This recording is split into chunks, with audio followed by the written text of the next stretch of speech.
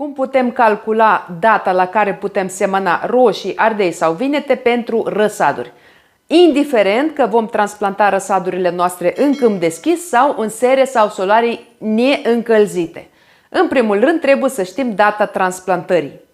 În al doilea rând trebuie să știm perioada de răsad la această cultură, la cultura de roșii, ardei sau la vinete.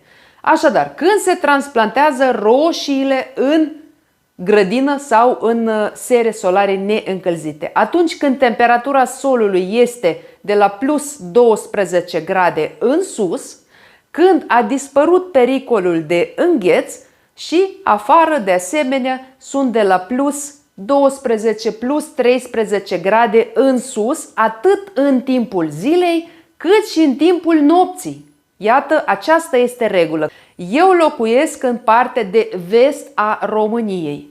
În zona noastră, aceste condiții apar în jur de 10-15 mai. Dacă vorbim de ardei sau de vinete, aceste culturi de asemenea sunt iubitoare de căldură, dar sunt mai sensibile la frig decât roșiile. Aceste culturi, atât ardei cât și vinetele, se pot transplanta în grădină când temperatura solului este de la plus 15 plus 16 grade în sus, când a dispărut pericolul de îngheț și când temperatura de afară, atât în timpul zilei cât și în timpul nopții, este de la plus 15-16 grade în sus. La noi în zonă, din nou vorbim de data de 10-15 mai, în zona de vest a României. Dacă dumneavoastră locuiți în zona de sud, atunci probabil că dumneavoastră puteți transplanta răsadurile de roșii, ardei și vinete în jur de 1 mai. Vom lua data de 1 mai. Data de 1 mai, data la care putem transplanta răsadurile noastre în grădină.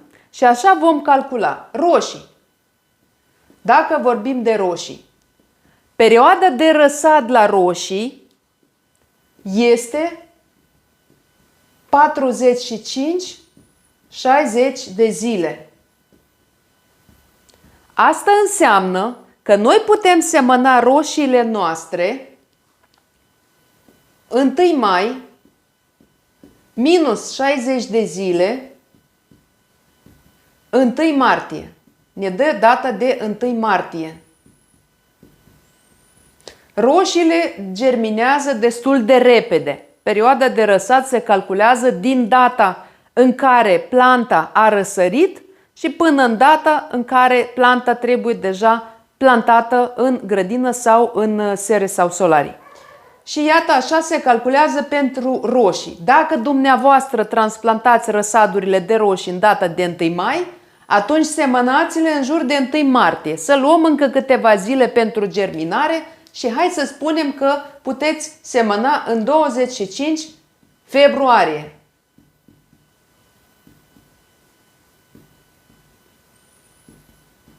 Așa se fac calculele. Dacă dumneavoastră aveți sere sau solarii, trebuie să calculați data mai repede, cu vreo 2-3 săptămâni. Dacă în zona dumneavoastră roșiile se pot planta în 1 mai afară, înseamnă că în seră sau solar neîncălzit dumneavoastră puteți planta roșiile în jur de 15 aprilie.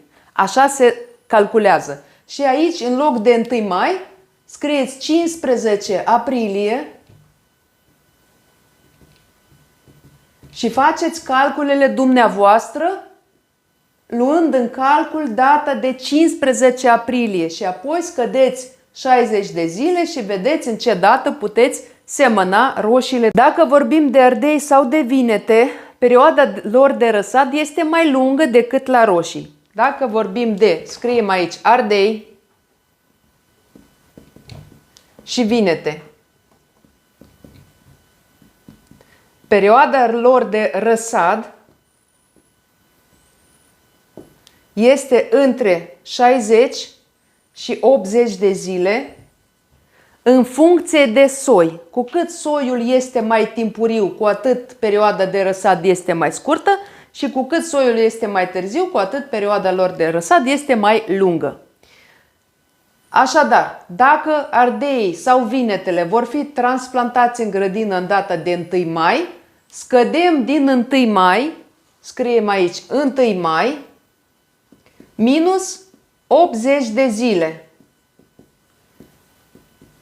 Și ne dă 1 martie sunt 60 de zile și mai scădem 20 de zile și ajungem în data de 10 februarie.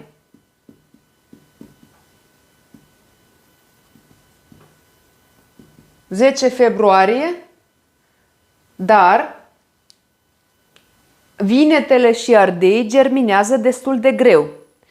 Putem să mai adăugăm 10 zile pentru germinația semințelor și până la răsărire și atunci ajungem în 1 februarie